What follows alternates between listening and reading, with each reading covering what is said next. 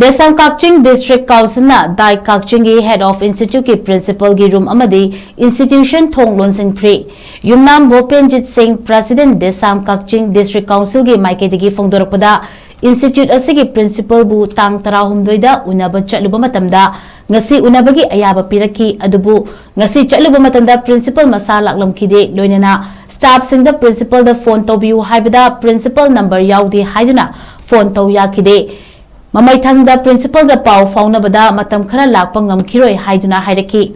Desam Kakching District Council gi Maike digi Principal ga faminaduna amuktang asoi aran semdokminabagi tanja pibinaba haijabada yaraktabana maram oiraga matik chadraba Principal gi room loinana institution gi gate ngasidagi thonglonshinbani Masigi maru eba maramdi DL8 first year tamliba academic session 2025 amasung 2027 asi merit list selected candidate yankai lauki laibak thibadi matam sangna sit ani admission tawdana hangduna adum laki hauzik first year internship program horaba asida naron tumina trainee ama ming chansilambani masida mari leinaba department na akan be action lokhat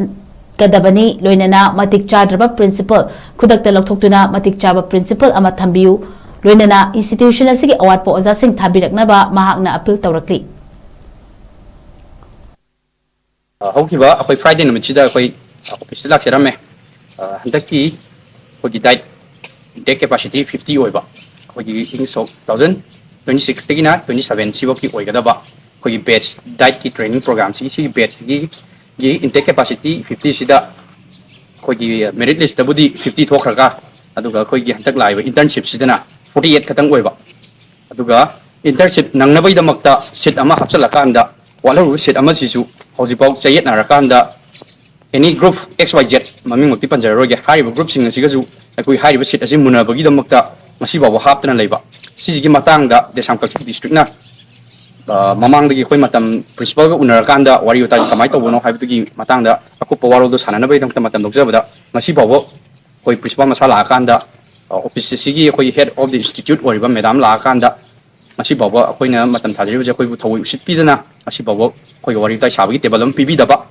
loina na khoi na wari phone tawjaro kanda wari sab matam dazu matam je tho kanda khoi ju unaning da bai chelaga leibai mawongda aran ma thabak ama tawra kanda